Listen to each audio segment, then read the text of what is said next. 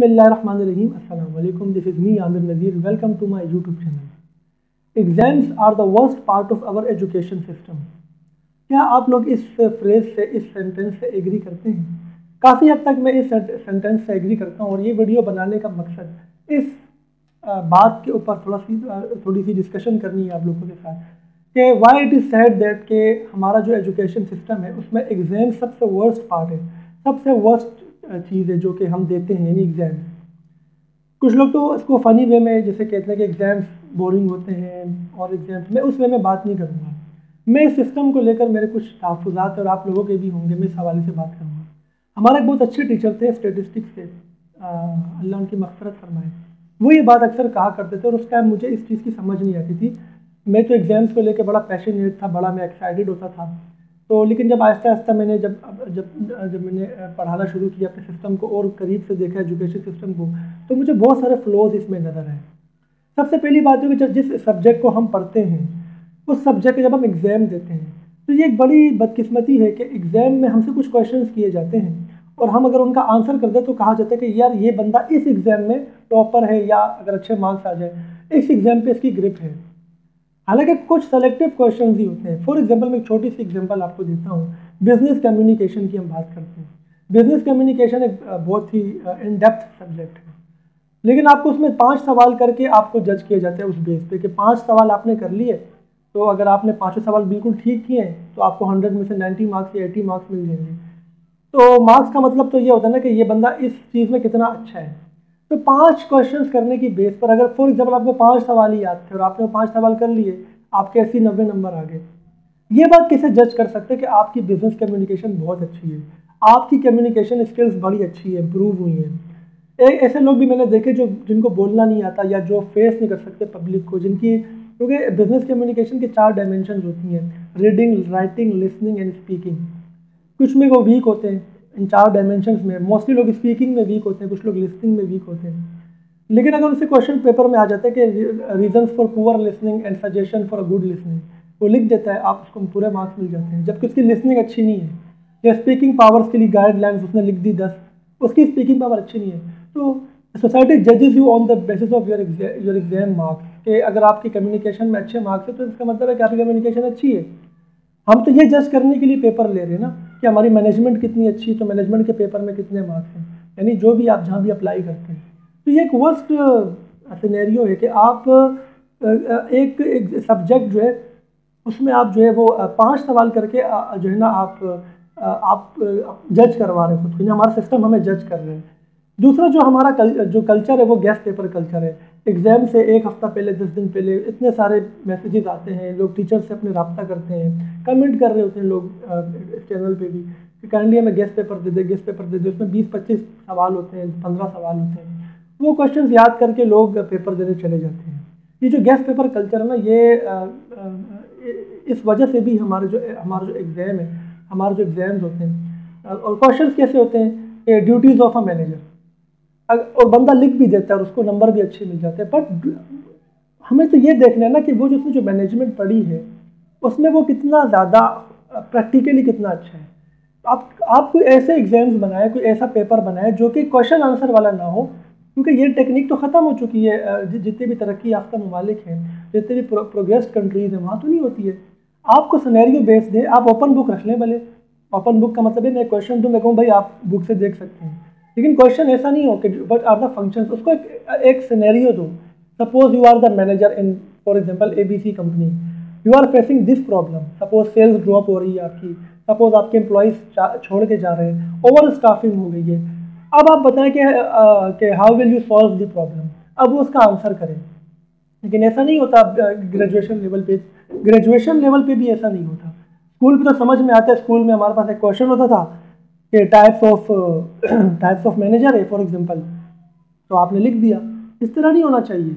अगर आप लीडरशिप का क्वेश्चन हो तो यूँ होना चाहिए कि if you are the leader, ठीक है ना, and this happens as a leader, which leadership style you will adopt to resolve such problem. ऐसा कुछ होना चाहिए। भले आप ओपन बुक एग्जाम लें, चीटिंग वाला चक्कर भी खत्म हो जाएगा, क्योंकि ये क्वेश्चन ऐसे हैं जिसके आंसर सेम नहीं हो सकते, क्योंकि हर बंदा अपनी सोच से लिखेगा। आप उस सोच से उसको जज करें कि how much good he is और she is in managerial skills, या how much communication skills he और शी पोजेसेस। तो इस तरह के क्वेश्चन होने चाहिए। तो ये एक बड़ी नाइंसाफ़ी। तीसरा हमारा कोचिंग सिस्टम कल्चर है, कोचिंग सेंटर कल्चर है। बहुत सारे कॉलेजेस में स्टूडेंट जो टीचर्स हैं वो पढ़ा रहे होते हैं और शाम में वो कोचिंग में भी पढ़ा रहे होते हैं। तो हमारे मसला सारा ये है, अगर तो एक टीचर कॉलेज में पढ़ा रहे हैं, शाम में वो कोचिंग में पढ़ा रहे हैं, ठीक है, obviously everyone has the right to boost his income. लेकिन मसला ये है कि अगर वो जिस स्टूडेंट को सुबह में पढ़ा रहे हैं कॉलेज में, अगर वो शाम में सेम स्टूडेंट को सेम सब्जेक्ट पढ़ा रहे हैं, इसका मतलब है कि वो अपने प्रोफेशन से नाइंसाफ़ी कर रहे हैं। इसका मतलब है कि वो सुबह में अपनी एफर्ट नहीं दे रहा, तभी तो बच्चा वही सब्जेक्ट पढ़ने के लिए शाम में अलग से आके उसको पे कर रहे हैं। या तो ये होना कि वो उसका स्टूडेंट ना हो, किसी और कॉलेज में पढ़ता हो, उसको अपनी टीचर की समझ ना आती, वो इस टीचर के पास आ गया कि आप मुझे शाम में पढ़ा दें। लेकिन अगर एक टीचर सुबह में पढ़ा रहा है किसी कॉलेज में भी, चाहे गवर्नमेंट कॉलेज में हो या प्राइवेट कॉलेज में हो, शाम में वही स्टूडेंट जो है जो उससे सुबह में पढ़ता है, शाम में भी आके उससे पढ़ ले, क्योंकि सुबह में उसको समझ नहीं आता ठीक से, या टीचर जो है वो अपनी एफर्ट नहीं लगा रहा, या टीचर उस तरह से नहीं पढ़ा रहा।